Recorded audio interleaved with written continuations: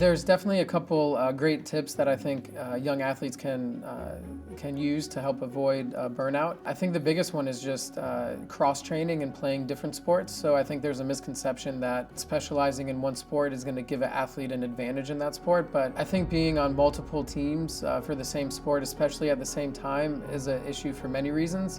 First of all, it does contribute to burnout. The young athletes are more likely to be overworked and to lose their interest in the sport.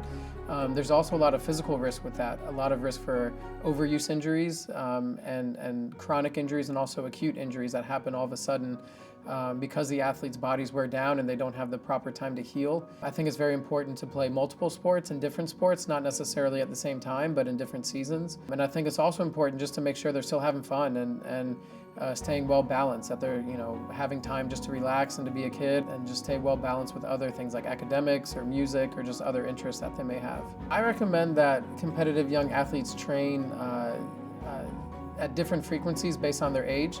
I think the older athletes are able to train more intensely and more often.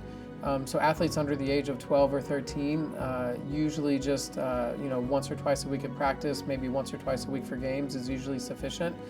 They get a lot of working out through just their normal kind of play and normal activities.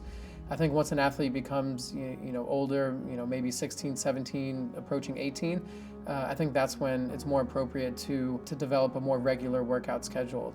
Anywhere from 3 to 5 times a week, depending on the sport and the time of year for them.